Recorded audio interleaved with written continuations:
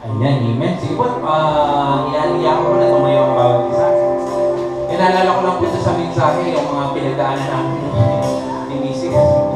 Ayan, so, kami po ay nag-decide na magpakasal sa Pinas.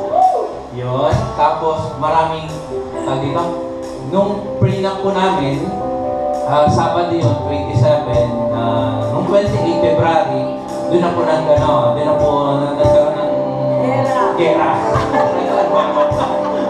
Ayan. So dahil hindi po kami napaghiyaan ng loob, we keep holding the promise of the Lord and promises of the Lord. Then, ayun po, natuloy po yun, nakasal kami, at kabalik kami dito.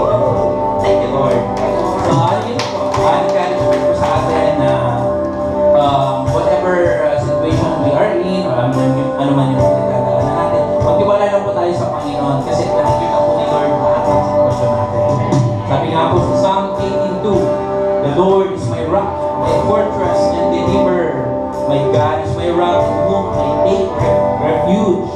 My shield and the horn of my salvation and my stronghold." So, hindi po tayo mababayaan ng Panginoon. Po, awitin po natin